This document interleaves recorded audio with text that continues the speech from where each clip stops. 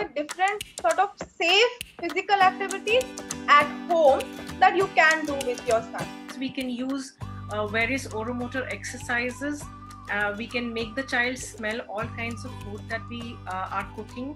अगर आप ये 1 लीटर पानी में 1 चम्मच डालेंगे, उसे अच्छी तरह से उबाल के रात भर रहने दीजिए, दूसरे दिन छान के बच्चे को वो पानी पिलाइए, तो इससे भूख भी अच्छी बढ़ती है. If you are having fibroids repeatedly and you've already undergone one surgery, it does not mean that you cannot conceive. You can. So the baby weight is, it depends on the weight and build of the mother. So a mother who is small in build, short in height and very thin may have a very low baby weight and still the baby weight would be normal.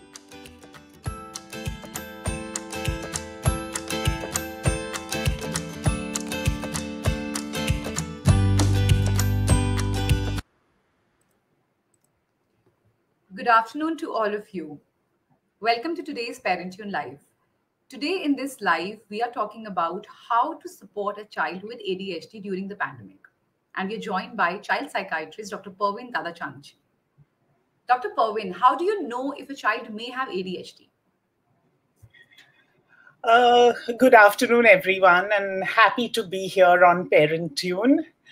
So, Shalini, to answer your question, there are 3 important things about ADHD: attention issues, hyperactivity, and impulsivity. So these are the 3 primary things when we look at ADHD, and I will just talk about each one a little more. So attention does not necessarily mean paying attention, because children with ADHD can be super focused on things which they enjoy. It is about sustaining an attention on things which you don't enjoy too.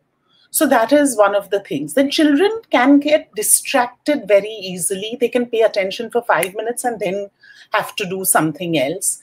They tend to lose things. So there will be like parents who will go to school and bring back 6 break boxes, 3 pencil boxes, because the child just loses things. They are very forgetful. So mom will say, go to school, go and give this money to the teacher. And this child will come back with it several days of the week. He will forget to do that. So forgetfulness is also a major part of their thing. Children also tend to daydream. They get lost in thought, and then one thought leads to the second one, to the third one, and the child is in his own little dream world, and it's difficult to bring him back on track.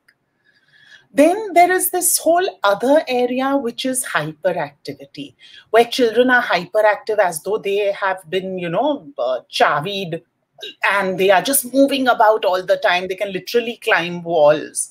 They get very, they can't, again, pay attention to one activity. Today, just now I'm playing cricket, then I see some other kids playing football, so I run over there. They are fidgety, cannot sit still. Even in class, they will move around. They find it difficult to, sort of be grounded in one place, like they are, there is a motor attached to them. They are also very disorganized, messy. Things are all over the place. And they are very impulsive. So what does impulsive mean? That they do things without thinking. Like most children will think before they cross the road, because they've been told by their parents that you can't cross the road without holding my hand.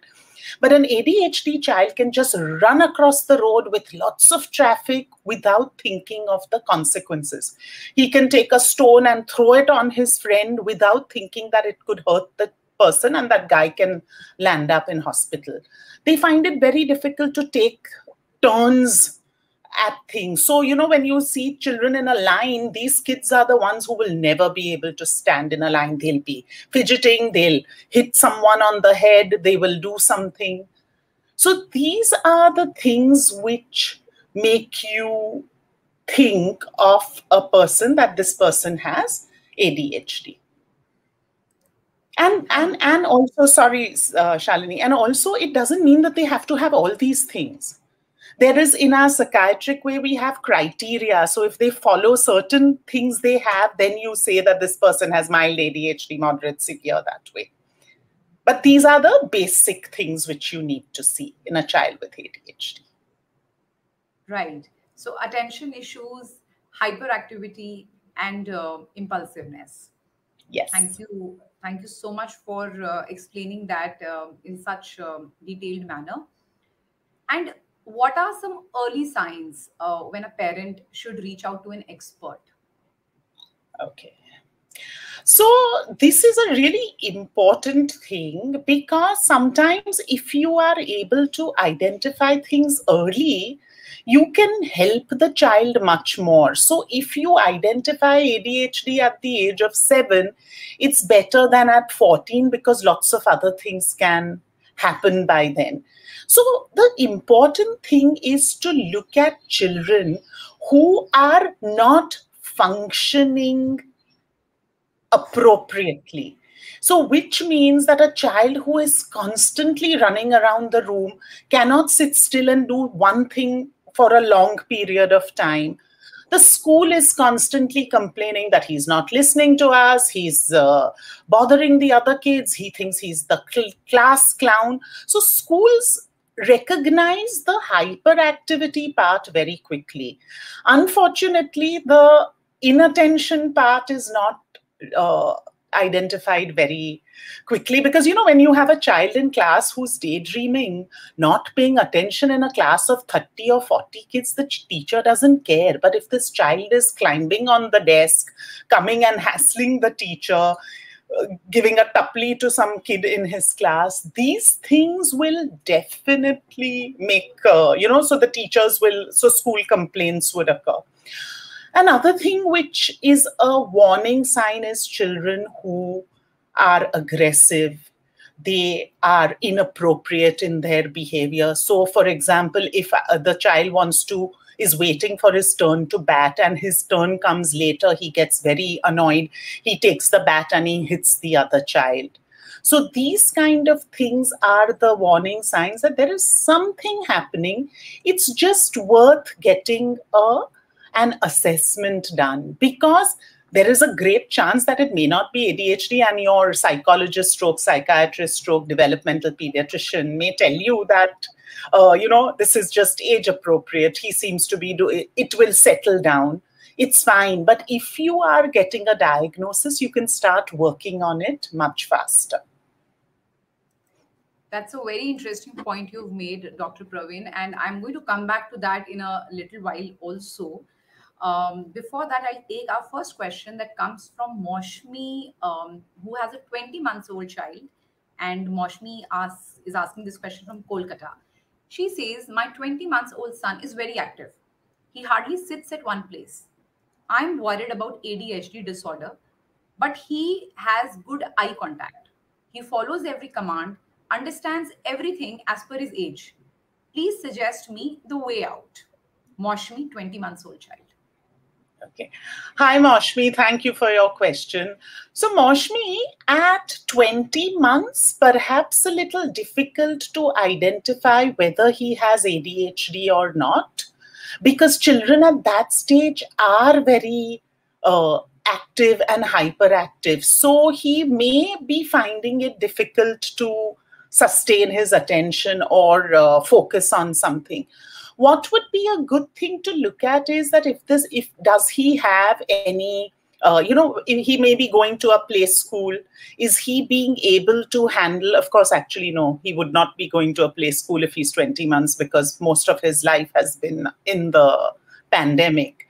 But if you are able, what I would do right now is, instead of looking at a diagnosis of ADHD, I would look at ways to make him sit and focus on things. So, giving him age-appropriate activities would really definitely help. But the thing is that you will have to sit with him and help direct it.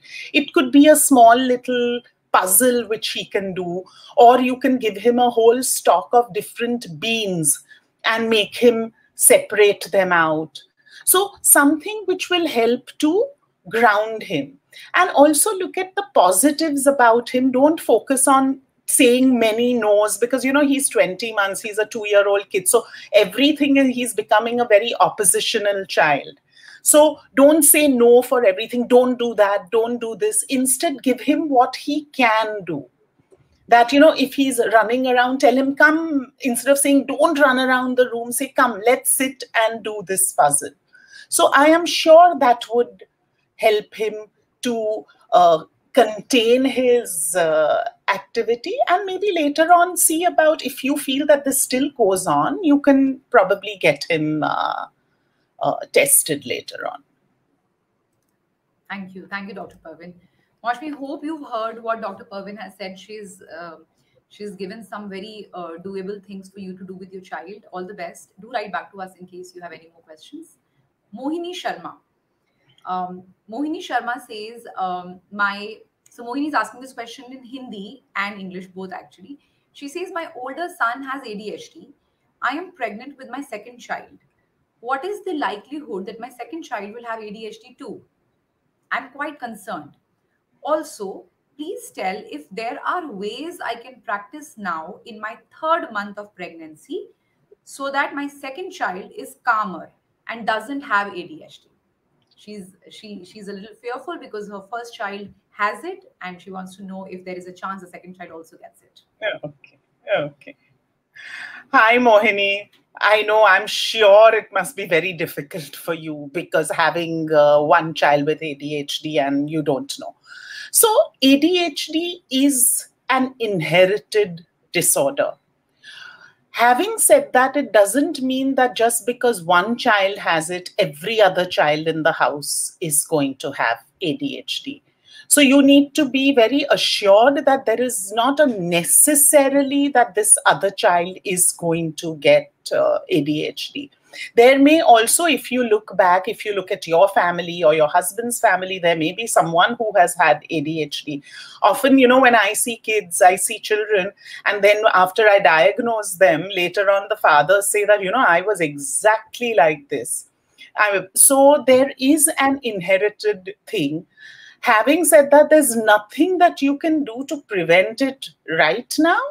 But perhaps a little when you have your child and when he is, in his early stages, see that you formulate a sort of structure, because children who have structure are much better able to handle things. And when I mean structure, what do I mean? A plan, a daily plan in terms of different things, or to give them that, okay, just now you can sit here and do this. Then after that, you do the other thing. So you can help your child with this. It is a neurodevelopmental disorder. So it doesn't mean that you can prevent it from happening. If it is going to be there, it will be there. It is just that you can contain the severity of the disorder by being, working on these little techniques. Right. Thank you. Thank you so much, Dr. Pervin. Today in this live, we are talking to Dr. Pervin on how to support a child with ADHD during the pandemic. Please ask your questions and we'll take them up in a short while.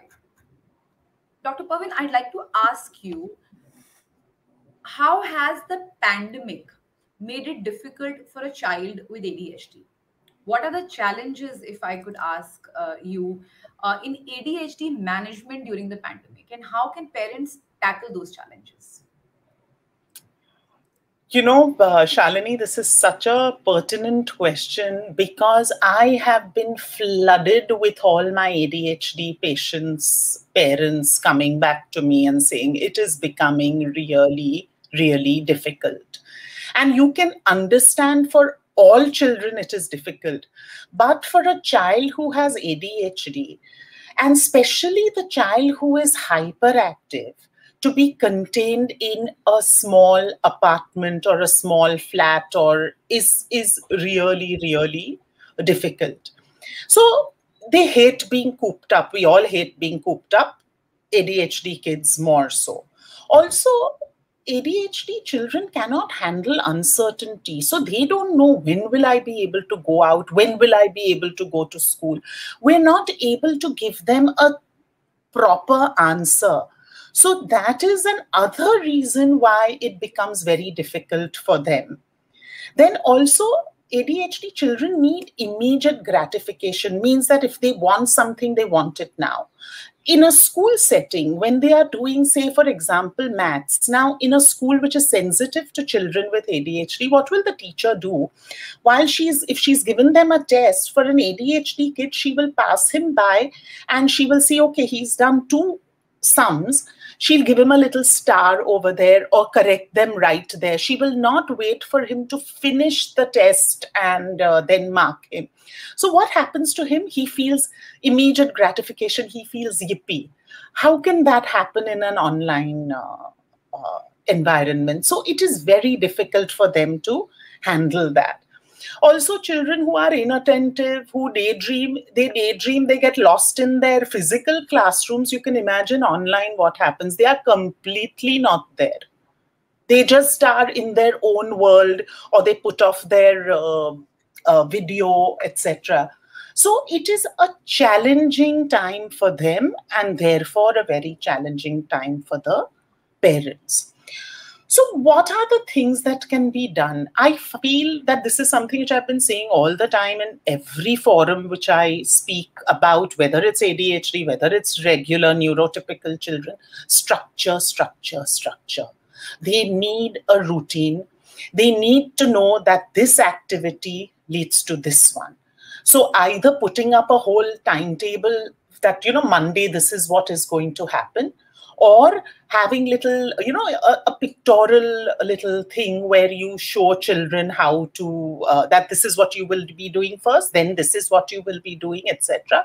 It makes it much easier for them.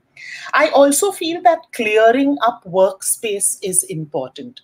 So not to have a desk which is completely filled with stuff, not to work on a bed, because working on a bed means just, sort of lying down and doing his studies, which never happens. Preparing in advance that, okay, darling, tomorrow morning, these are your clothes, these are the books. You can help him by taking them out for him. I also want to say that I'm saying him so much more than I'm saying her, because ADHD does affect more boys than girls. So I'm just as a side thing. That's why I think I tend to say more him than her. And then also when you are, like I earlier told you that in school, the teacher will correct his work. So if a parent is sitting with the child, she needs to give the child more positive reinforcement that, hey, you did this fabulously. And, they need immediate praise. They need lots of it. And they don't need generic, like, saying good job doesn't help. But if you say good job that you started on this assignment so quickly, that helps a lot. Also about doing work, with children, you cannot expect an ADHD child to sit for the whole day and study. Anyway, 45 minutes is the maximum for anybody to sort of pay attention, and children with ADHD can't. So your child. If your child can pay attention for 15 minutes, work with him for 15 minutes, take a 5-minute break, again work with him in a subject which he kind of enjoys, do it for 25 minutes, then tell him, okay, you can take a 10-minute break for video games, etc. So this is what you can do. This is what we call, alternating a happy activity with an activity which the child doesn't get. So if one does these things, it would definitely help. I also feel that parents talk to your teachers. Tell them that you are having a challenge and whether the teacher can help you in any way. So like I remember one of the parents had been mortified because the child was attending a class and he was doing handstands throughout the class. But the teacher was okay about it because she knew that he was paying attention, because if she would ask him a question, he was able to answer, but he spent his time doing a handstand. Another kid I know that once years ago when a tuition teacher was doing Hindi with him and the mother walked into the room and she couldn't see the child. And she asked the tuition teacher. So he said that, no, he's under the table. He's sitting there and doing his work. But he did it. So, teachers can give you some tips, or you can tell the teacher to go a little slow on the child during the lockdown.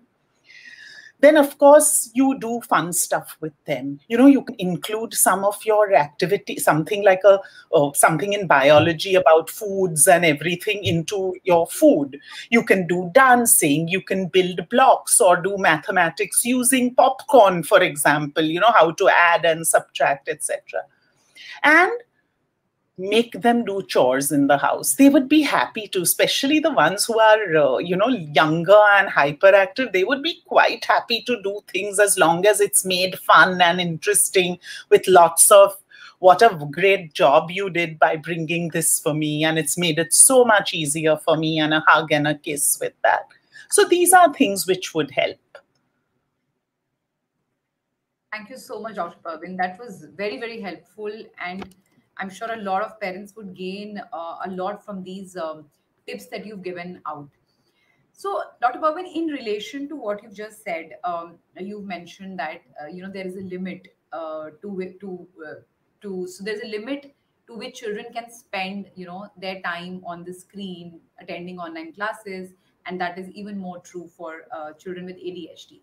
Now, what is the relationship between screen time and ADHD? If a child with ADHD has to spend more time on the screen, or is inclined to spend more time on the screen, will it aggravate the situation? And if yes, how? Okay, so now one of the common misconceptions is that increasing screen time causes ADHD. No. What it does is it can increase the inattention issues, and children with ADHD are almost 25 times 25% more likely to have internet addictions later on. So there is that connection. See, what happens is that when they are a child with ADHD, when he goes online, he has this one window open and suddenly some notification comes. He presses that and it goes on to something else which excites him. So what happens? The pleasure center in the brain gets working and it releases this neurotransmitter dopamine, which makes him more happy and excited. So then he will go to the other window and to the other. Similarly with video games, there is so much of excitement that, I kill one person, then I go to level 2, then I can kill 20 people, and then I'll go to level 3. So this causes excitement, which is much more in an ADHD child than a child who is neurotypically developing. So that is why the chances of addiction in these children is more. So that's where one needs to be a little careful. Also, when they are a lot more online, there is a chance of cyberbullying also happening. And children with ADHD are most often bullied because of their behaviors, because they don't think before they talk. And, so these are the things which are worrying. So as a parent, what do you do? Now, this is something which I've always told parents, that before you give a gadget to your child, set rules and continue to, continue with those rules. So what happens is that when you decide that, okay, my 13-year-old child, it's his birthday and I'm going to give him a smartphone this birthday. He needs it because he goes to tuitions on his own, etc. So you give it to him very happily. And then you see that he doesn't do anything but just goes on and on and on using the phone. And then you try to take it away, and then there is a big crazy hullabaloo in the house. So what do? You set rules from the beginning. Now, when you come home from school, you can get the phone. Then it stays with me till you finish homework. Then at 10 o'clock in the night, it comes back to me, so I put it for charging. So there have to be certain rules. It can be good if you can make the rules together, where the whole family sits in a family meeting and you all decide this is what we are going to do and this is the time when the phone gets taken away, etc. Earlier, in my time, it was easy. I could just switch off the television and that was it. Now there is television, now there's computers, children need them for their work, etc., and the smartphone. So one needs to do that. And other thing which parents can do is keep these gadgets in a common area. Don't give kids televisions in their rooms. As far as possible, unless they need a laptop for school, they don't need laptops. It can be all done on a desktop, which is out in the middle. So you can constantly be monitoring. Put some site filtering things in apps in so that they don't access things which they should not be doing. Also, another rule which I feel is really important is no gadgets at eating times. You do not have a gadget in front of you when you eat. Earlier, I used to even say about reading books and all. Eating should be just meant as a social activity for everyone to sit around and eat.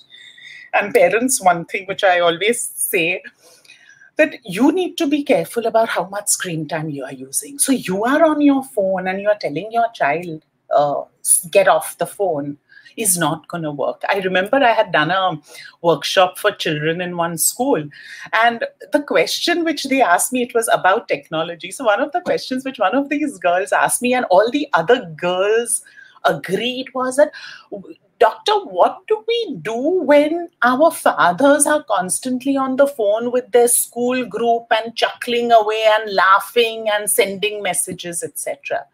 So we need to be careful about how much screen time we are using, because we are our children's most important role models. So by using these few techniques, I think we can help to prevent an internet addiction from happening. Thank you, Dr. Pervin. That was very, very helpful. Dr. Pervin, is it also true that the cases of ADHD have increased due to so many gadgets being used by children, and a significant part of their everyday lives is going into, watching things on the TV, on the laptop, on iPads, on phone? So have the number of cases also gone up because of this? There is no research which has shown that. I think the cases have gone up because there is more awareness. We are more aware of ADHD. We are more, more children are being tested for ADHD. Earlier, a child who, was just hyperactive would be spoken about as, he's a little naughty, forget it. He'll grow out of it. But now we are definitely recognizing it more. So as I said earlier, ADHD is not caused by increased screen time, but the issues, the severity can increase because of being more on these apps and gadgets. Right. Thank you. Thank you, Dr. Pervin, for explaining that.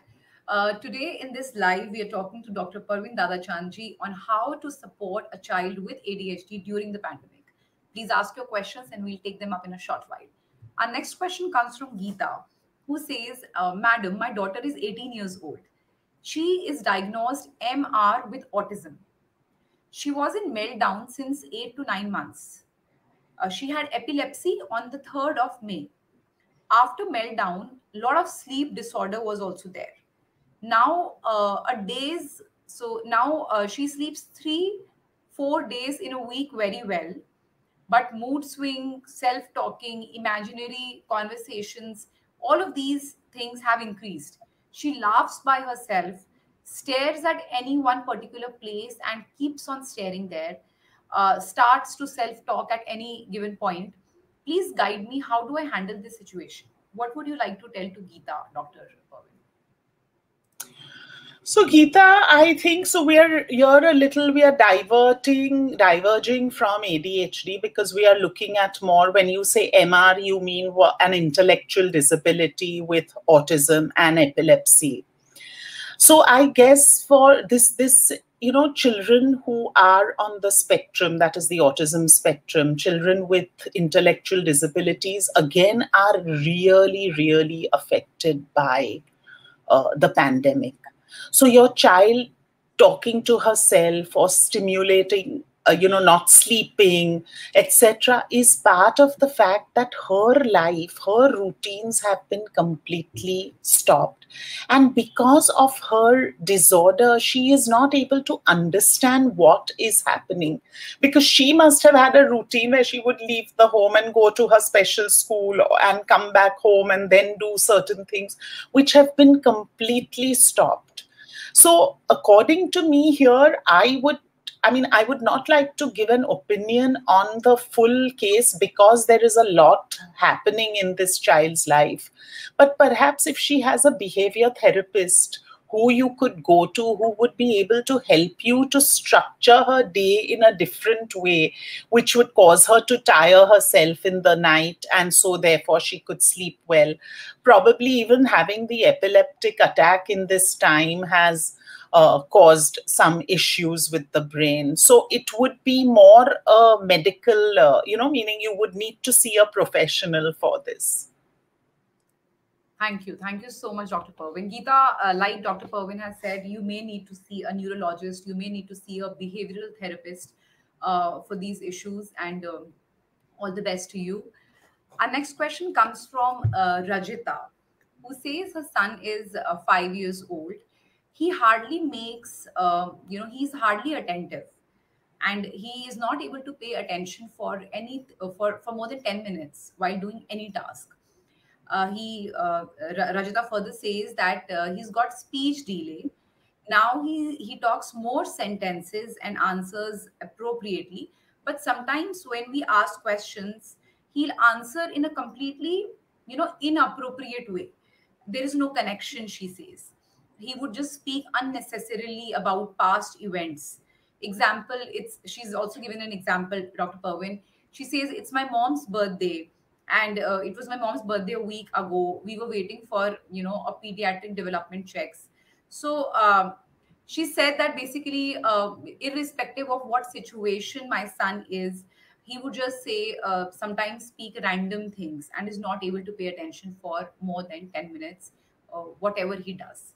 Please suggest me, what do I do? Otherwise, she says, he's full of energy. He has very good eye contact, always wants to play, and is always jumping here and there. Otherwise, an active, healthy child, she says, but these are some of the issues that she's facing.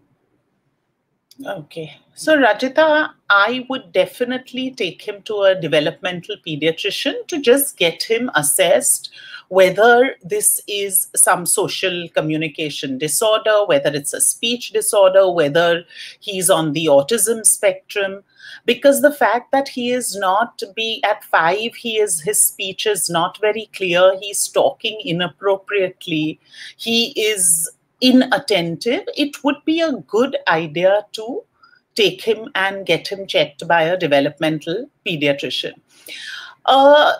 That would be one thing. And again, for his attention issues, you can always find something which will interest him. Anything that would interest him could be done. Like, earlier I said, maybe if you can give him something which would, so supposing you put different colored papers and then you tell him to segregate them, like little bits of blue paper, red paper, that, okay, separate it out. That may probably make him attend to something a little bit more. Maybe do a little bit of meditation or breathing exercises with him, because that also grounds children, that also makes them, sort of feel better. So these are things you need to do, but I would definitely use a professional for sure. If you are finding it difficult to get a developmental pediatrician appointment, at least see a speech therapist, see an occupational therapist. They can do a basic assessment and start work with him. I know it is all very difficult in the times of pandemic, but I do know that a lot of people are doing online sessions, and I'm sure they would be able to help you with this. Thank you, Dr. Pervin. Dr. Pervin, you had earlier mentioned that it is important to identify the signs, and it is better to look into it earlier than, the earlier the better. So does age otherwise have anything to do with the severity of ADHD? So, Shalini, it is a lot to do with, age, so as I told you that we have attention issues and we have hyperactivity, stroke, impulsiveness issues. These are the two basic categories. So what has been found is that children, around the age of 7, 8, 9, 10, children are really very hyperactive, etc. As they grow older, they reach their teens or their late teens, early 20s, the hyperactivity almost goes away, but the inattention remains. And the hyperactivity, even if it goes away, it will be there in small forms, like, the person will not be jumping up and down or going from one place to another, but will be more fidgety, will be shaking his leg a little more, etc. But, earlier they used to say that a child with ADHD can outgrow his ADHD and he can become completely fine. Now that's not the case. They found that ADHD remains with you, but the hyperactivity part reduces. And let me tell you that all children who have ADHD don't have hyperactivity. Some only have attention issues. In fact, those are, as I told you earlier, very difficult to diagnose. I have seen more children with attention problems much later in life, like, when they are going to college. Because they then, till then they've been really smart. So even though they cannot pay attention, they can study and get through everything. But when they go to college, when they have more burden of the studies, etc. on them, that is when they realize that I cannot cope. So adults, now I am treating a lot of adults with ADHD also, which earlier was not really a diagnosis, but now is.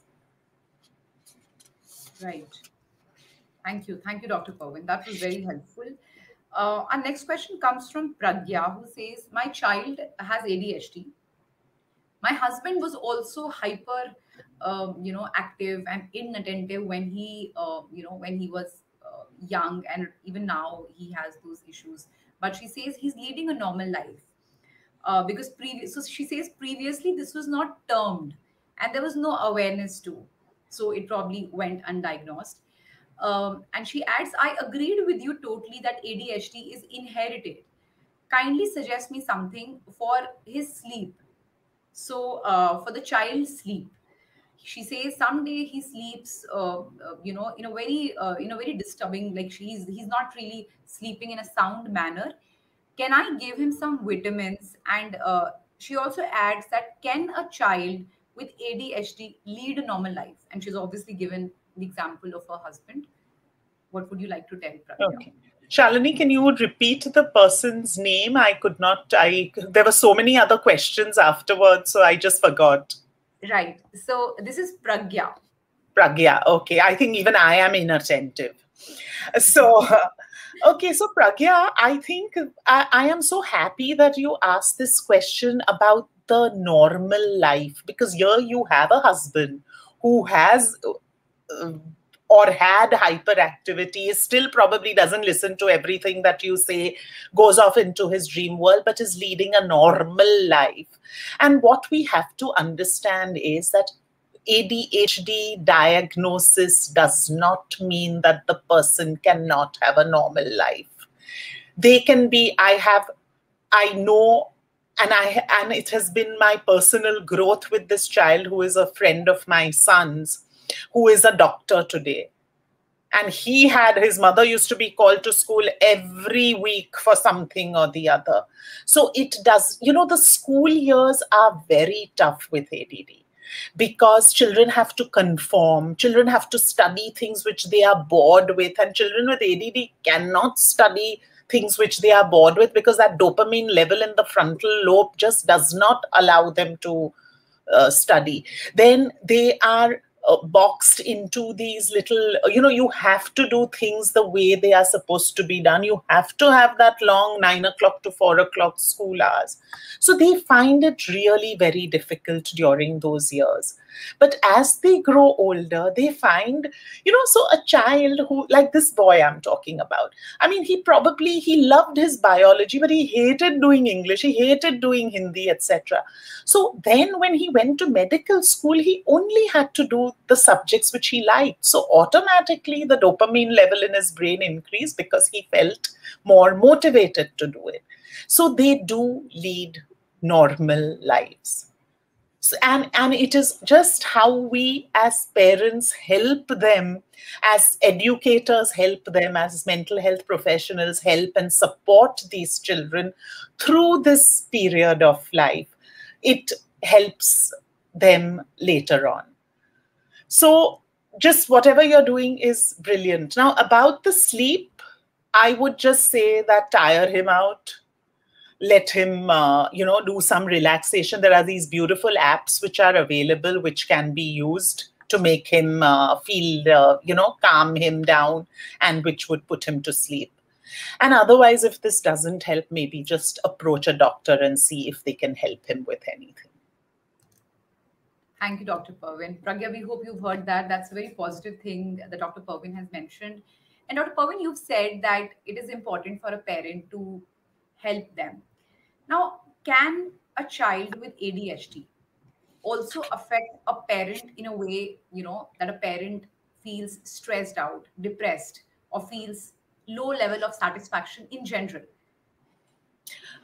Shalini, again, a lovely question, because I think parents really suffer in this. I mean, I have seen parents in my clinic who have been crying, who have just, and these are all, all of us want to help our child, but sometimes we feel just completely overwhelmed and stressed out about it. I've seen parents who have gone through depression, who have gone through serious anxiety issues, who have given up their jobs because they felt guilty that, it was because I was working that my child has gone out of the thing.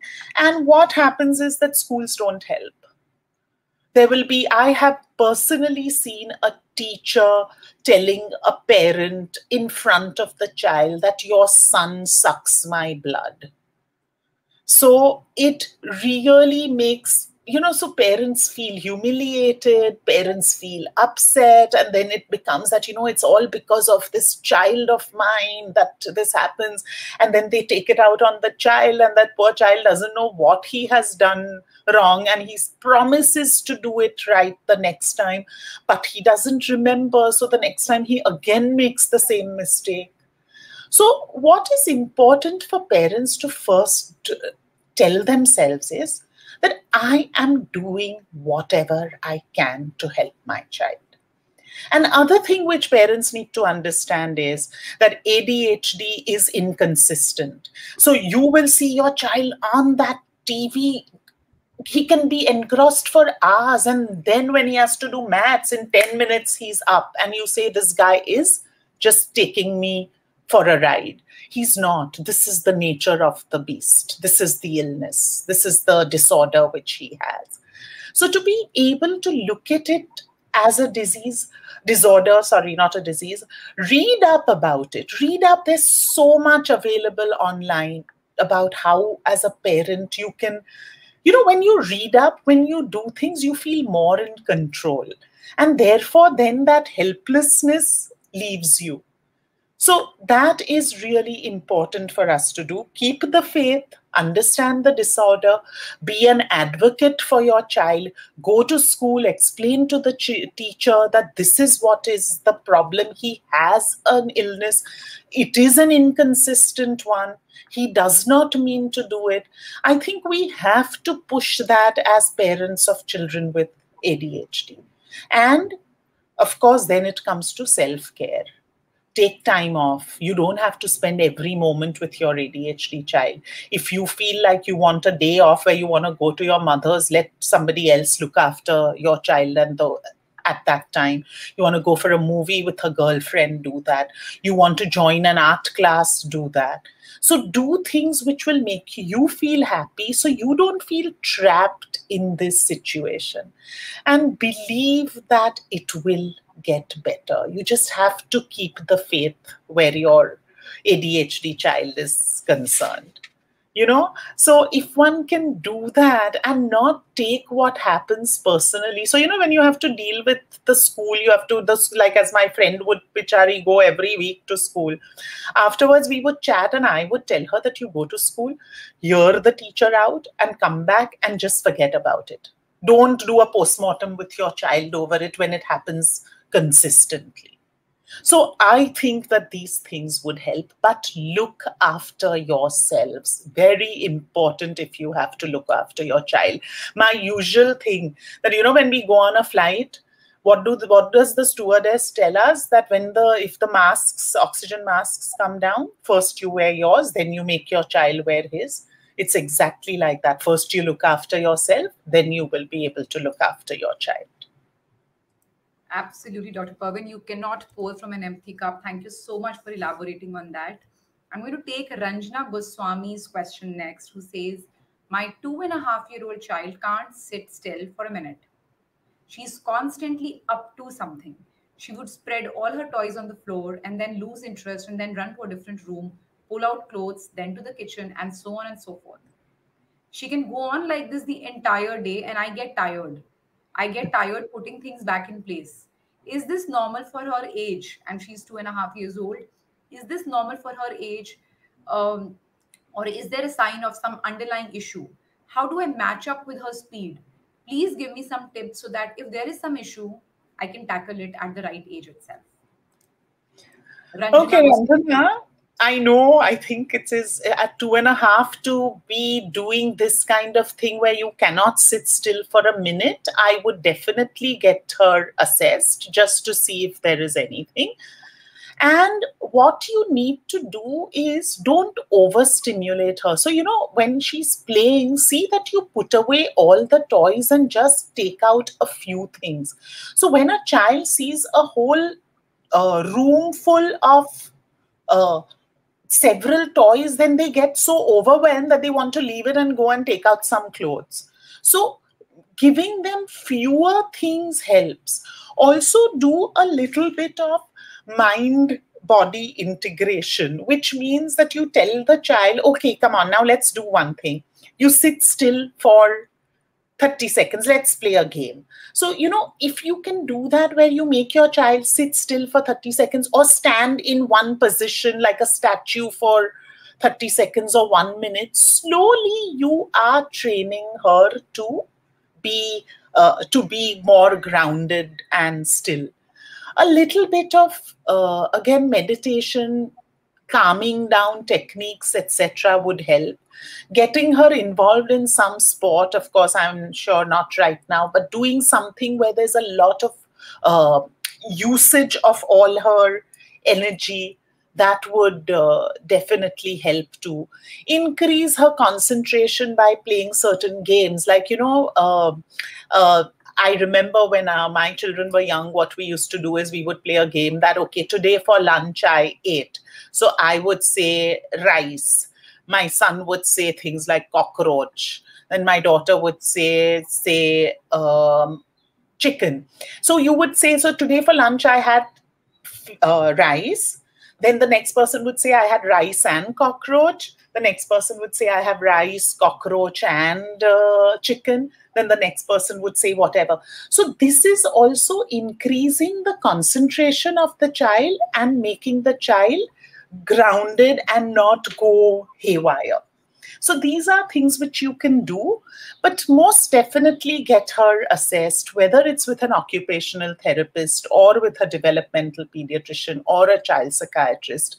It would definitely help you to, even if there is no diagnosis, they can give you tools to handle the child. The occupational therapist may do a few sessions which will hyperactivity.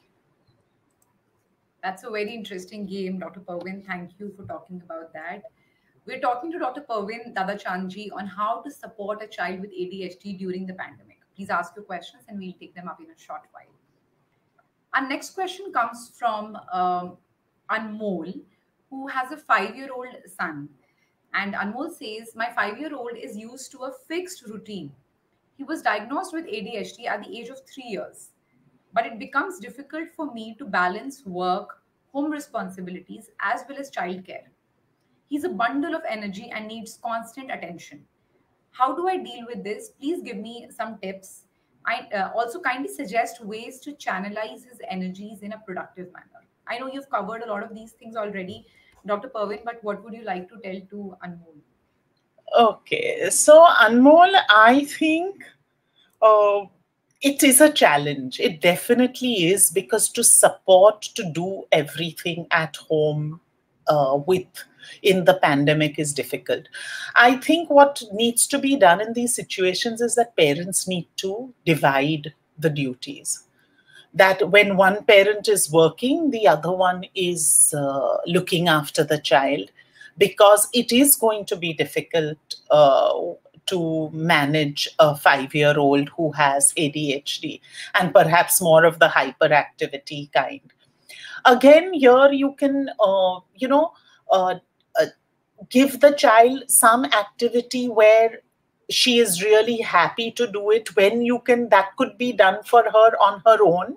And also, one important thing which I would share is that what happens is that with children, and especially with ADHD kids, if they are interested in something, so supposing this little girl is, you give her tea set and her home, all the things, and she's pouring tea and doing something, and you feel so happy that your child is busy that you just don't go into that room to disturb her. Now, what does the child see? That when I'm playing like this, nobody is even looking at me. But the minute there is some crash there and you go running because the whole tea set has fallen and there's water around, the child gets the message that when I'm doing something which is disruptive, people come and give me attention. So instead, you catch your child when she's being good. So when she's playing on her own, go over there, ruffle her hair and say, oh, nice, nice. I can see that the tea which you're making is, it's really tasty. And then go back and do your work. So giving attention for positive behavior makes that positive behavior increase.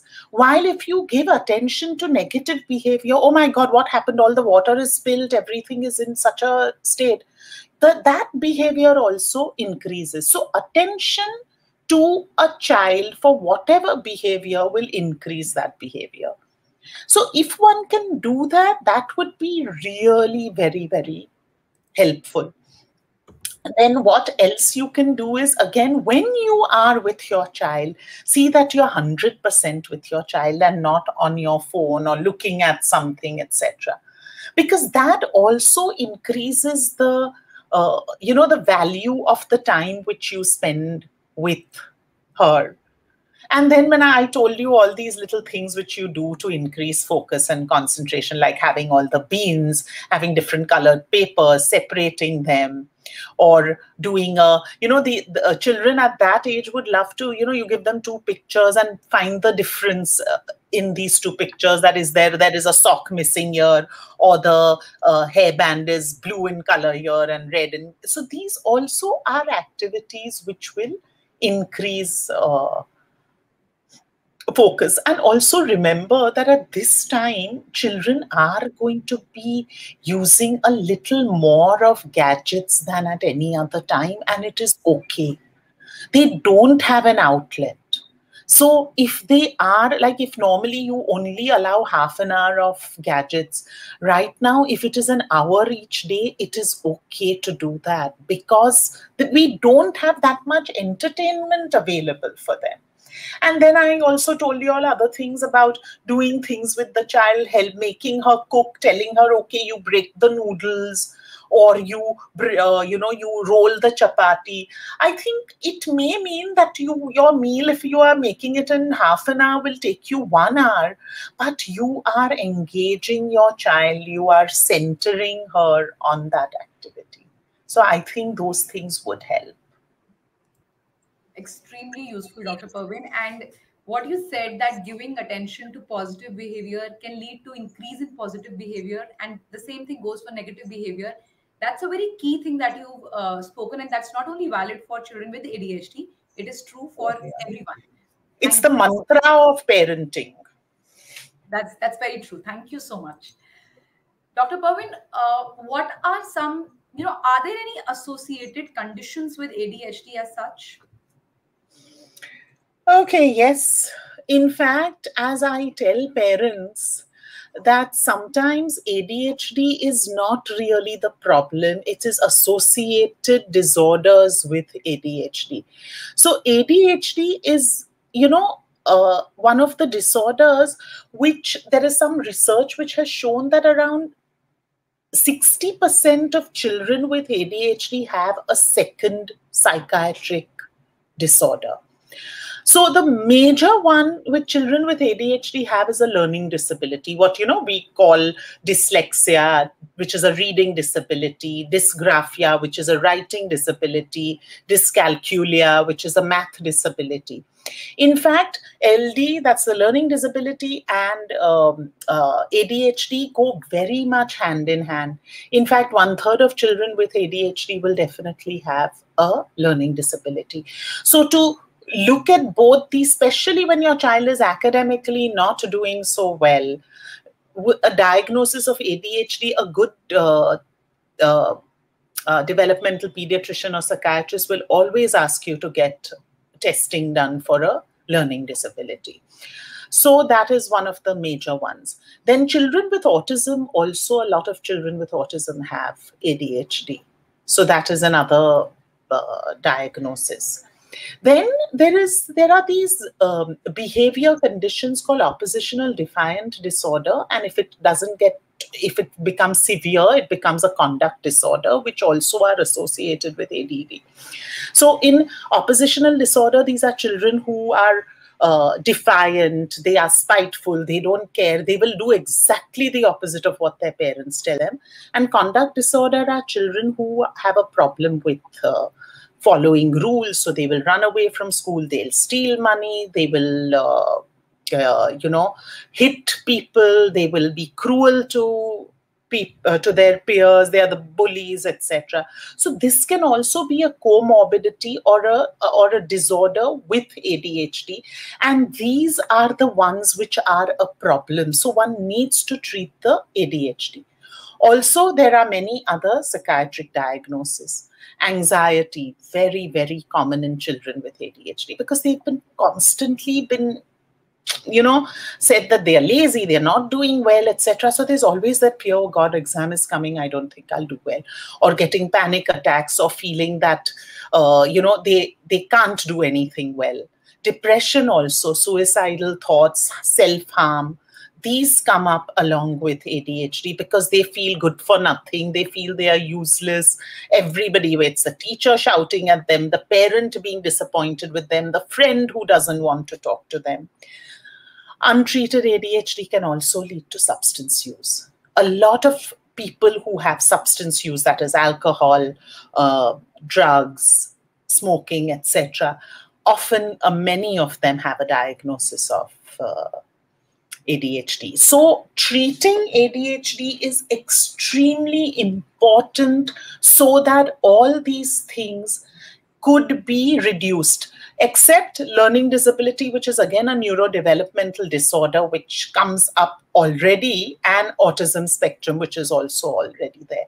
But oppositional defiant disorder, anxiety, depression, substance use can be curtailed if the ADHD is properly treated. Thank you, Dr. Pervin. Dr. Pervin, what are some do's and don'ts as parents to a child with ADHD during the pandemic especially? Okay. So some do's and some don'ts. Okay. So first let's look at the do's, because don'ts are always negative. So spend fun time with your child. I think this is the time which all of us are getting to be with our children for so long. So fun time is important. Dancing with your kid, cooking with your child, playing games with your child, listening to some music with your child. Very, very important. Another important thing is that please acknowledge your child's feelings. When your child says, I'm bored, or I'm unhappy, or I'm anxious, don't just let it go. Talk about it. Acknowledge it that, yes, I can see you are bored. it is difficult at these times when you know that Nani has COVID. So, when you acknowledge your child's feelings, the child feels, number one, he's worthwhile. And number two, that I can talk about my feelings to my mom.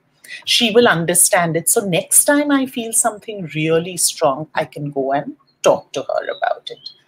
And the third thing is encourage children to connect with their friends, to connect with their cousins. Connecting is really important in this time of isolation. And it also helps the child to have other people who he can contact or be in touch with, etc. If it could mean in the building, he can go and meet a friend and wear a mask and keep distance, etc. It would definitely help. And do see that he's eating well, he's exercising. He could be exercising at home. You can get a skipping rope and he can exercise, or he can run in the house or do an online session, whatever. So sleep, nutrition, exercise are definitely important. Now the don'ts. As I said earlier, I'm again going to repeat that don't have the tech talk just now, the too much gadget use. If it is a little more, let it go. Don't focus on academics, focus on mental health. Academics, homework, a little here, a little there is fine. See that he feels happy, he feels confident, he doesn't feel anxious. Don't, again, as an opposite over there, don't diss his feelings or ignore his feelings when he tells you about how he's feeling. And don't get into, don't get into small, stupid fights with your child. Pick your battles. If you want to win the war, pick your battles. Don't make everything a battle. Just focus on certain things which are very important for you and let the other things go. And I think that way we will be able to combat the pandemic. Thank you, Dr. Pervin. Thank you so much, Dr. Pervin, for joining us today and giving such precious advice, I would say, to parents. All the things that you mentioned are extremely doable, practical, and you've explained that in such simplified manner. I'm sure parents have gained a lot in this life. Thank you so much again. We'll be back tomorrow to talk about corona काल में अगर बच्चे का व्यवहार बदल रहा है तो आपको क्या करना चाहिए, और ये सेशन हम हिंदी में करेंगे साइकोलॉजिस्ट ऋचा अग्रवाल के साथ. Till then, please take care of yourself and we'll see you tomorrow. Thank you so much, Dr. Pervin, again. Thank you very much. Thank you, everyone. It was really lovely being on Parentune. Bye-bye. Thank you.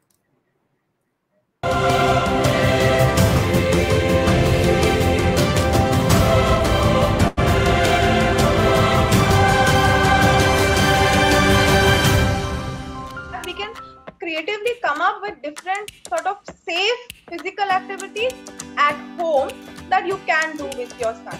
We can use various oromotor exercises. We can make the child smell all kinds of food that we are cooking. अगर आप ये 1 litre पानी में 1 चम्मच डालेंगे, उसे अच्छी तरह से उबाल के रात भर रहने दीजिए, दूसरे दिन छान के बच्चे को वो पानी पिलाइए, तो इससे भूख भी अच्छी बढ़ती है. If you are having fibroids repeatedly and you've already undergone one surgery, it does not mean that you cannot conceive. You can. So the baby weight is, it depends on the weight and build of the mother. So a mother who is small in build, short in height and very thin may have a very low baby weight and still the baby weight would be normal.